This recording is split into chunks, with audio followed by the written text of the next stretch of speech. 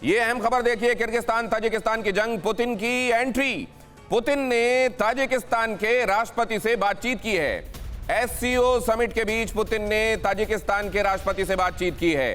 आप जानते हैं कि सोवियत संघ के ही ये अलग हुए टुकड़े हैं जो देश बने हैं, और इसमें आज भी रूस का इन्फ्लुएंस है, और इसीलिए आप देख रहे हैं यहां पर ये मुलाकात हुई है। क्या इस दौरान कुछ निर्देश दिए गए होंगे? ताजिकिस्तान के राष्ट्रपति के साथ पुतिन की मुलाकात हुई है। ताजिकिस्तान और किर्गिस्तान आपस में संघर्ष की स्थिति में आ गए हैं। मनीष, क्या ये मेजरली बॉर्डर इश्यूज हैं? इसके अलावा कुछ और है? क्या है नेचर इस कॉन्फ्लिक्ट का?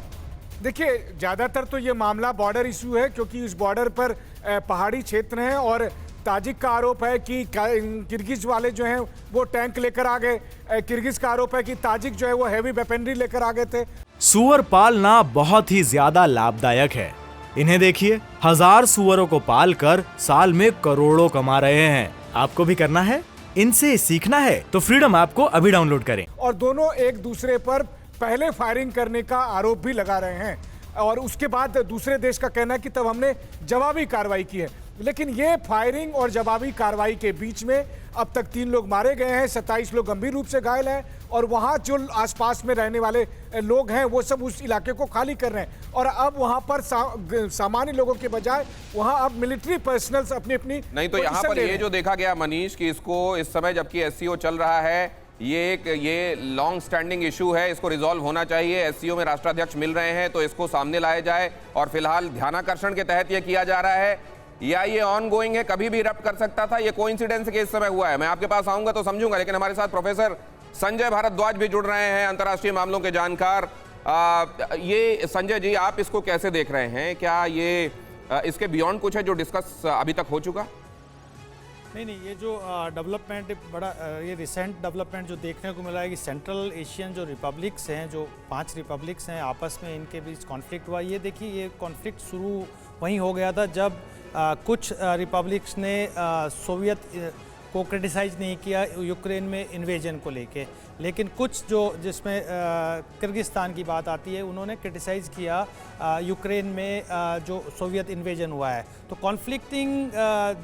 कॉन्फ्लिक्ट तो आपस में कंट्रीज़ के बीच में इस मुद्दे पे हो गया था। दूसरी बात कि ये जो कंट्री हैं ये फॉर्मर सोवियत के पार्ट रहे हैं, और इनमें भी एक तरीके का एक एप्रीहेंशन है कि जिस तरीके से रशिया ने यूक्रेन में इन्वेजन हुआ है, जिस तरीके से कार्रवाई हुई है, कहीं ऐसा ना हो कि जो रशिया है वो 1917 से पहले का रशिया बनने का प्रयास कर रहा हो, और ये वापस से इन कंट्रीज़ को साथ में लेने का अपने इन्फ्लुएंस को बढ़ाने का प्रयास किया जा रहा है। इस तरीके तीसरा जो महत्वपूर्ण मुद्दा है कि ये जो सेंट्रल एशियन रिपब्लिक है, इनमें एनर्जी रिसोर्सेज प्रचुर मात्रा में है, और यहाँ पर भारत सहित सभी देशों की निगाहें हैं कि एनर्जी का जो इंपोर्ट हम कर सकते हैं। बाकी जो यूरोपियन कंट्रीज हैं वो भी, क्योंकि रशिया के साथ अभी नहीं, तो इनमें आपस में जो ये मेजर झगड़ा इरप्ट हुआ है, क्या ये बॉर्डर इशू है सर? बिल्कुल देखिए, बॉर्डर। और क्या एससीओ के दौरान ध्यानाकर्षण के तहत ये हुआ है ताकि वहां पर राष्ट्राध्यक्ष इस पर बात हो? नहीं, बिल्कुल ये बात आप मान के चलिए कि अभी जिस तरीके का दिमाग, जब 1991 में ये इंडिपेंडेंट स्टेट्स बने, उसके बाद इनमें कुछ बॉर्डर्स को लेके कुछ एथनिक कॉन्फ्लिक्ट, रेडिकलाइजेशन भी बढ़ा, उसमें डेमोक्रेसी बहुत ज़्यादा तक रूट नहीं ले पाई। तो कॉन्फ्लिक्ट्स तो हैं इनमें, बॉर्डर डिमार्केशन को लेके भी इश्यूज हैं, जो जिसके साथ में जितना आ पाया उस वक्त 1991 में, वो उनका एथनिसिटी वाला मसला है और बॉर्डर वाला मसला है। मेजर जनरल राजन कोचर कुछ कह रहे हैं।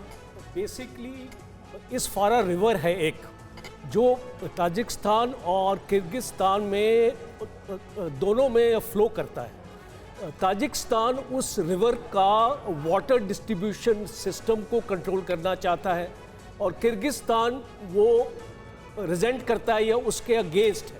और ये जो अभी लड़ाई हुई है, इसमें ताजिकिस्तान ने उस रिवर के ऊपर सर्वेलेंस कैमरास लगा रखे थे, और उसकी वजह से किर्गिस्तान ने इसको ऑब्जेक्ट किया है। और ये बहुत ही एक लॉन्ग आउटस्टैंडिंग डिस्प्यूट है दोनों कंट्रीज़ में। और अगर आप देखेंगे आने वाले वक्त में वाटर एक सोर्स बनने वाला है जिसको हम बोलते हैं वाटर वॉर्स। कहते हैं थर्ड वर्ल्ड वॉर इसको लेकर हो सकता है। तो एक बहुत महत्वपूर्ण जानकारी मेजर जनरल राजन कोचर ने दी। स्फारा रिवर जो बहती है ताजिकिस्तान और किर्गिस्तान दोनों में, ताजिकिस्तान ने इसमें सर्विलांस कैमरे लगा दिए। किर्गिस्तान इस बात को लेकर नाराज है कि वो पानी जिस पर हमारा भी हक है, आप उसको न सिर्फ कंट्रोल कर रहे हैं बल्कि उसमें सर्विलांस कैमरे लगा रहे हैं, और इस बात को लेकर उसने रिजेंटमेंट दिखाया और उसको लेकर जब कुछ आगे नहीं किया गया तो यह संघर्ष शुरू हो गया है। स्फारा रिवर के वाटर को लेकर, स्फारा नदी के पानी को लेकर यह संघर्ष यहां तक पहुंच गया है। और इस दौरान ताजिकिस्तान के राष्ट्रपति से माफ कीजिए रशियन राष्ट्रपति ने मुलाकात करके बातचीत भी की है। और यहां पर देख रहे हैं ये दोनों ही महत्वपूर्ण घटनाएं एक साथ। एससीओ समिट ऑनगोइंग है, समिट चल रही है इस समय। व्लादिमीर पुतिन उसको एड्रेस कर रहे हैं, क्या कह रहे हैं, क्या हाईलाइट है, वो बहुत जल्द आपके सामने होगा। और दूसरी तरफ आप देख रहे हैं संघर्ष ताजिकिस्तान और किर्गिस्तान के बीच में रिवर वाटर को लेकर, स्फारा नदी के पानी को लेकर। किर्गिस्तान कहता है हमारा भी हक है, पानी को कंट्रोल यूं मत करो कि हमारे यहाँ उसकी वजह से प्रॉब्लम हो।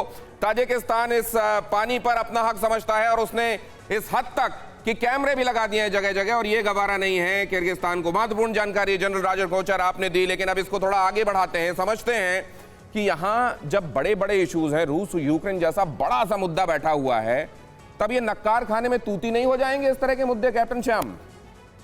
देखिए, यह जैसा हम समझ रहे हैं इस बात को, जैसा मैंने कहा कि ये एक उकसाया हुआ प्रोवोकेशन है। अब आप समझ सकते हैं कि स्फारा नदी के ऊपर जो वाटर सर्वेलेंस कैमरेज इंस्ट्रूमेंट्स जो लगाए गए हैं उसके कारण। सर आप आगे बढ़ें, इससे पहले मैं प्रोडक्शन टीम से गुजारिश करता हूं कि अभी ये जो जानकारी दी गई है स्फारा रिवर के वाटर को लेकर, ये डिस्प्यूट है, ये लॉन्ग स्टैंडिंग डिस्प्यूट है किर्गिस्तान और ताजिकिस्तान के बीच में। ताजिकिस्तान कंट्रोल करना चाहता है, किर्गिस्तान इसका विरोध कर रहा है। ये प्लीज इसकी ब्रेकिंग बनाइए और फ्लैश कीजिए साथ में। कैप्टन श्याम अपनी बात पूरी कीजिए। तो ये जो 30 साल पुराना मुद्दा है और ये वाटर का मुद्दा है, ना कोई बॉर्डर डिस्प्यूट का मुद्दा था या किसी को मारने की धमकी नहीं थी या कोई मरा नहीं था वहां पे। उस मुद्दे को इस समय उकसाना और एक समय इसको बहाल करना या सामने लाना इस बात को इंडिकेट करता है कि ये एक मुद्दा वैसा मुद्दा नहीं था जो कोई फायर फाइटिंग हो रही थी जिसको तुरंत सुलझाना था, बल्कि एक समझ बूझ के की गई एक तैयारी के साथ मुद्दा है जो पुराना था। नहीं, अब ये बहुत सारी चीजें हैं। अब ये संजय जी उधर देखिए, अजरबैजान, आर्मेनिया, ये भी जो है डायलॉग पार्टनर्स हैं। इधर आप देख लीजिए, ये जो कंट्रीज हैं तो सीधे सीधे मेंबर कंट्रीज हैं। ये कई जगहों पर, और इंडिया चाइना क्या है, इंडो पाक इश्यूज क्या हैं, ये भी सबके सामने है। तो क्या यहां मतैक्य कम है, मतांतर ज्यादा है एससीओ के भीतर? संजय भारद्वाज। निश्चित रूप से देखिए, मतभेद तो है, मतभेद भी है। और ये इशू जो उठाए गए बॉर्डर इश्यूज को लेके या वाटर इश्यूज को लेके, या जो इसमें सबसे बड़ा जो फ़र्क रहा कि पिछले कुछ वर्षों से यहाँ पे रेडिकलाइजेशन का प्रोसेस बहुत बड़ा, खासकर जब तालिबान का दबदबा अफ़गानिस्तान में बढ़ा तो एक रेडिकलाइजेशन ने वहाँ पे इस्लामाइजेशन और एक ख़तरा, इसको सोवियत ने भी इस खतरे को भांपा और बाकी यूरोपियन कंट्रीज़ हैं वो भी भांप रहे हैं। दूसरा जो मुद्दा है तो रेडिकलाइजेशन के अलावा जो बॉर्डर कॉन्फ्लिक्ट्स हैं और बाकी एनर्जी के इश्यूज हैं, क्योंकि जिसमें किर्गिस्तान के पास में ज़्यादा, तुर्कमेनिस्तान के पास ज़्यादा एनर्जी रिसोर्सेज है, तुर्कमेनिस्तान एससीओ का पार्ट नहीं है, और बाकी कंट्रीज के पास में रिसोर्सेज का कंस्ट्रेंट है। तो कई फैक्टर्स हैं इसमें। तो ये भी एक महत्वपूर्ण बात कही गई है, इसको समझिए। तुर्कमेनिस्तान जो कि एससीओ का हिस्सा नहीं है, एनर्जी रिजर्व उसके पास ज्यादा है। कहा यह जाता है कि middle Asian countries 45% of the entire, और ये अनटैप्ड रिजर्व हैं, अभी तक इसको टैप नहीं किया गया है, इसीलिए तमाम दुनिया का इंटरेस्ट मिडिल एशिया में बना हुआ है। सूअर पालना बहुत ही ज्यादा लाभदायक है।